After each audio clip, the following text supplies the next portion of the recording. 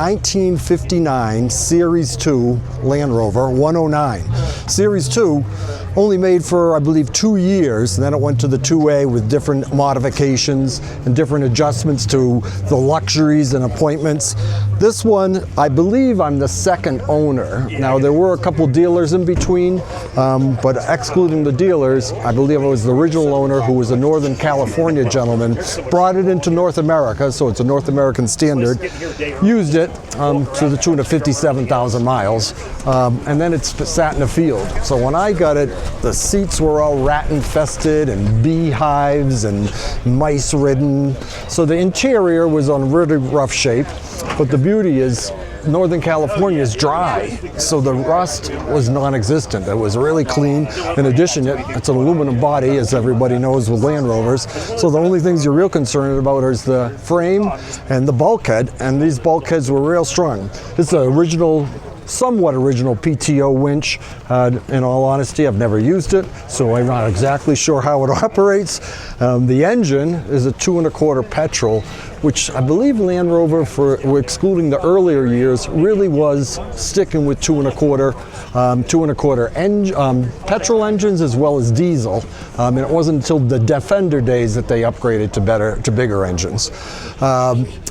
So the drivetrain's pretty much original, 57,000 miles, 70 horsepower. You're not screaming down the highway, but if I have gravity with an assist, like a big hill, 65 I can hit. New interior, which is all called elephant hide. So the original, I guess we'd call it vinyl nowadays, but back in the day they said elephant hide interiors. These are elephant hide seats that have obviously been redone all throughout. Couldn't get the real seats, so I had to buy a bolt of elephant hide and have an upholsterer redo the rear seats. I could get replacement seats for the front.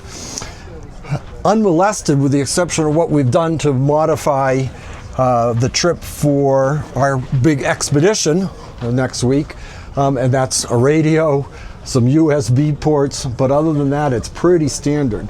Even though this looks like it's an aftermarket, that's the directional that you have to manually turn on and off. This is the light switch and incorporated ignition switch. I had to add a new ignition switch. Air conditioning is by way of these vents and the Safari roof.